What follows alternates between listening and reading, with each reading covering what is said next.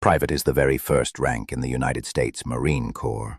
Every Marine starts here after joining and going through boot camp. At this level, they don't wear any rank insignia on their uniform, which means they are still learning and training. A private has no leadership role. Their main job is to listen, follow orders, and learn how to be a Marine. Their daily routine includes marching drills, physical training, learning to shoot, cleaning weapons, and following military rules and customs. Everything they do is closely watched by instructors. Even small things like how to stand, speak, or fold a blanket are corrected. It's a time of discipline and adjustment. They are learning to work as a team, stay strong under pressure, and get used to the Marine lifestyle.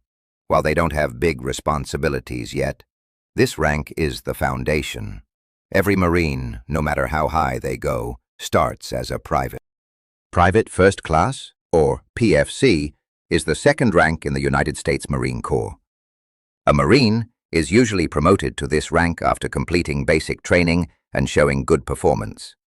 Unlike a private, a PFC wears a single chevron insignia on their uniform, a small but important symbol that shows they're no longer brand new. At this stage, a Marine begins to take on more responsibility. They work in their assigned military occupational specialty, also known as an MOS.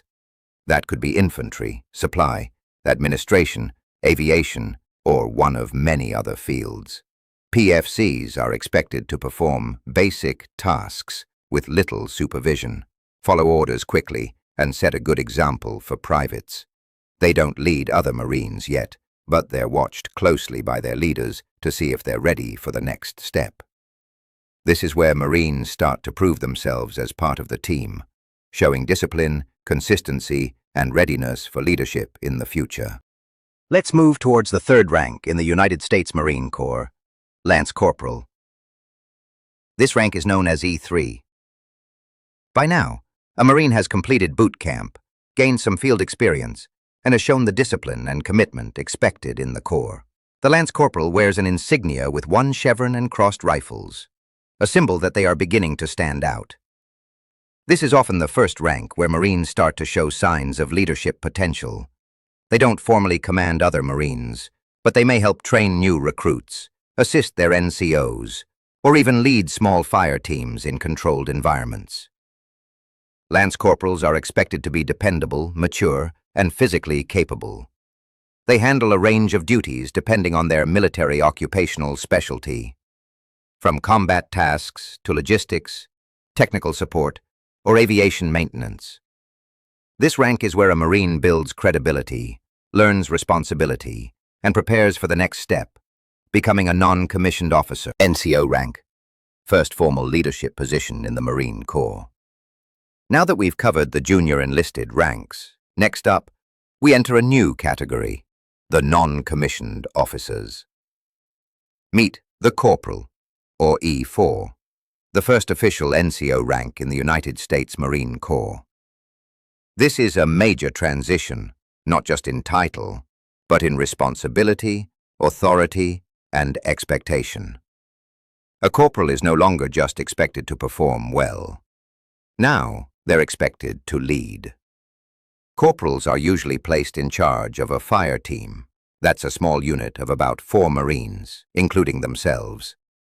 They're responsible for training, discipline, readiness, and even the morale of their team. In the field, corporals give orders, plan maneuvers, and make quick decisions under pressure. In the barracks, they enforce rules, mentor junior Marines, and serve as the first line of leadership. What separates a corporal from a Lance Corporal isn't just the chevrons, it's the shift from being told what to do to making sure it gets done, right, on time, and with discipline. The rank insignia for a corporal is 2 chevrons with crossed rifles, sharp, simple, and highly respected. And the expectations that come with it, even sharper. This is the first time the Corps says, you're no longer just part of the team, you're leading it. Next up, we meet the Sergeant, E5. This isn't just another promotion. It's the rank where leadership becomes mission critical. A sergeant doesn't just follow plans, they build them. They lead entire squads, typically 13 Marines, and make real-time decisions that affect lives and outcomes in the field. Where a corporal guides a fire team, the sergeant commands a unit. They're the one issuing orders, shaping the plan, and coordinating how teams move, fight, and survive. But it's not just about tactics, it's about people. Sergeants are mentors to junior NCOs and role models for new Marines. They teach, correct, and carry the weight of discipline across their squads. They are trusted by officers and respected by the ranks below. They often translate command into action, making sure everyone beneath them knows the mission and how to carry it out under pressure. When chaos hits, a sergeant is who the team turns to. They keep calm, issue clear commands, and maintain order in training, in conflict, and in crisis.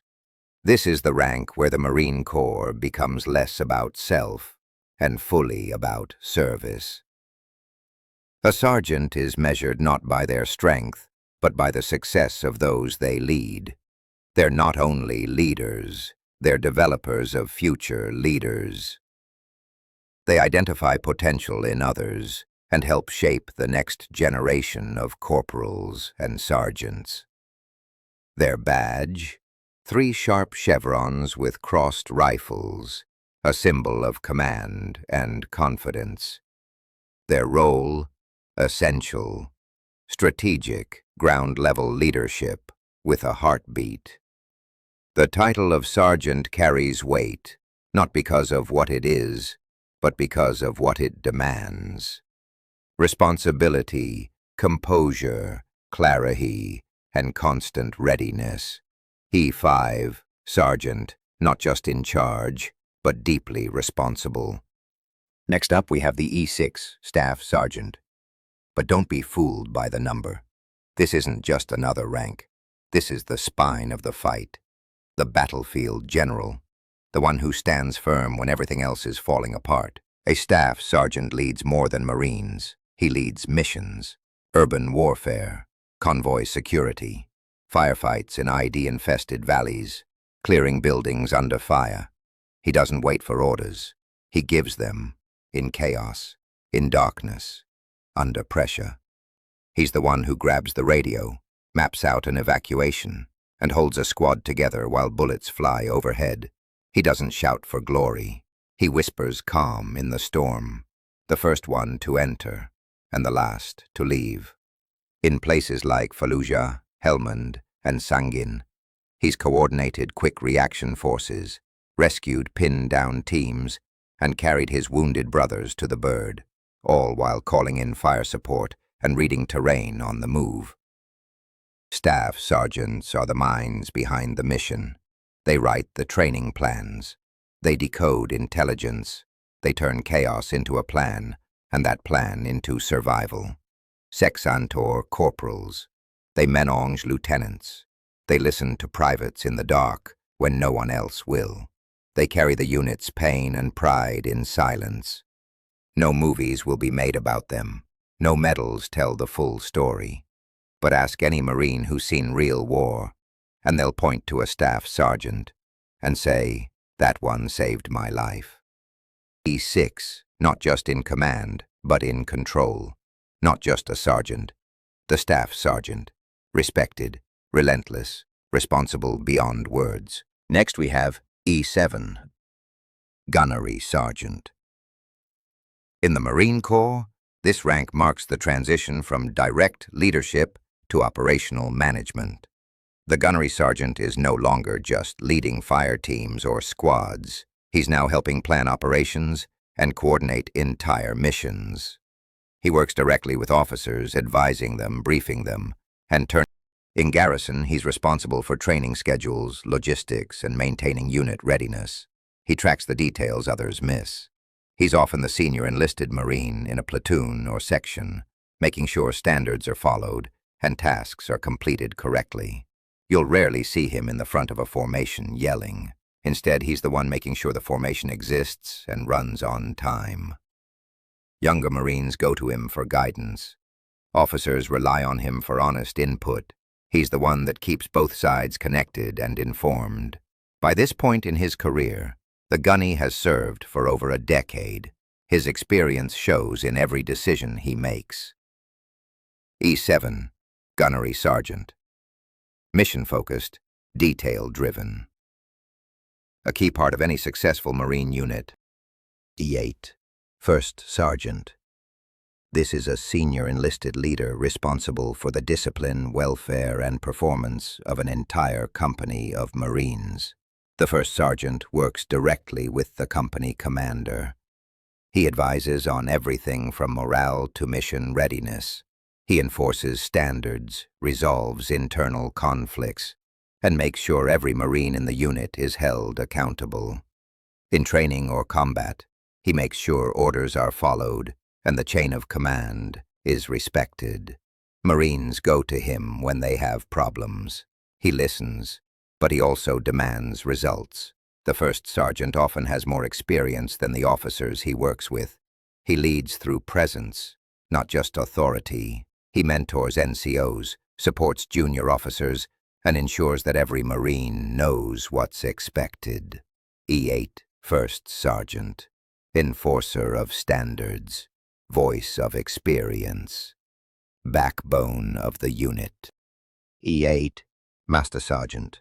A senior enlisted Marine who is a subject matter expert in his military occupational specialty. Unlike the First Sergeant, the Master Sergeant doesn't focus on discipline or formations. He focuses on the technical side of the mission. He leads specialized teams, oversees complex systems, and ensures the unit's technical capabilities are mission-ready. He trains junior Marines in his field and makes sure standards are followed to the letter. He may not be out front in formation, but behind the scenes, everything depends on his expertise. Officers consult him when they need technical accuracy. NCOs rely on him to understand equipment, logistics, or weapon systems in detail. The Master Sergeant's authority comes from deep experience, usually 15 or more years in service. E8, Master Sergeant. Quietly essential. Operationally precise. The expert the unit can't function without. Now we've reached the top, the highest level of enlisted Marines, E9.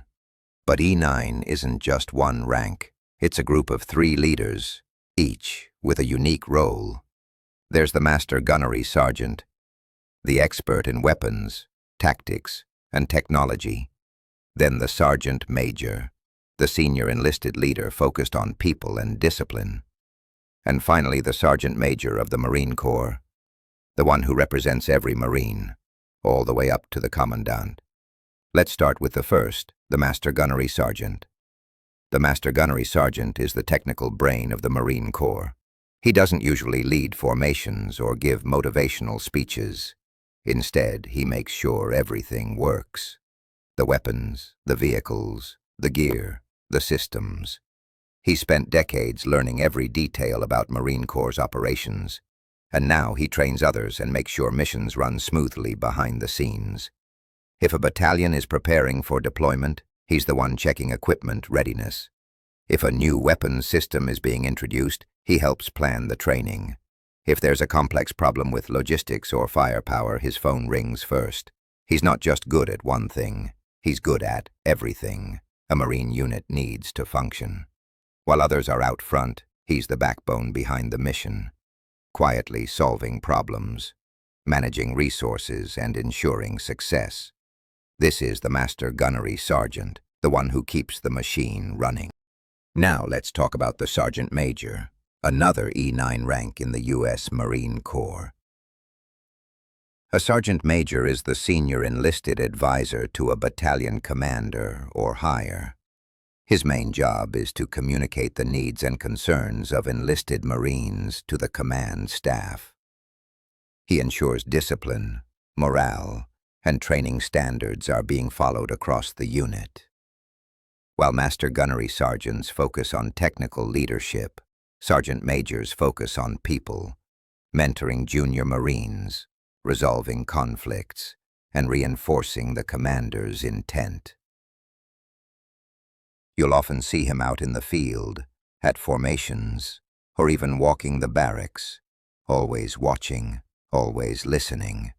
He doesn't just lead from the front, he sets the tone for the entire unit. Now, the final boss, the Sergeant Major of the Marine Corps. There is only one. Not per unit, not per base. One enlisted Marine for the entire Corps. He's the senior-most enlisted Marine, the Commandant's advisor, the enlisted voice in every top-level decision. He doesn't lead a platoon. He shapes the policy that affects every platoon. From war-fighting doctrine to uniform regulations, from Capitol Hill to Camp Pendleton, his word carries the weight of thousands. When a Lance Corporal has a concern, this is the man who takes it to the highest level. He visits bases, speaks at funerals, walks into combat zones, not for show, but because Marines need to see him. This is the Sergeant Major of the Marine Corps, E9, the final boss, the standard-bearer of an entire force. And with that, we wind up the legacy. From the youngest private to the Sergeant Major of the Marine Corps, every rank, every stripe tells a story. Discipline, brotherhood, honor, sacrifice. This emblem, the eagle, globe, and anchor, isn't just worn, it's earned. It binds generations of Marines across oceans and centuries, through peace and through war. This is the symbol of the few, the proud, the United States Marines. Thank you for standing at attention.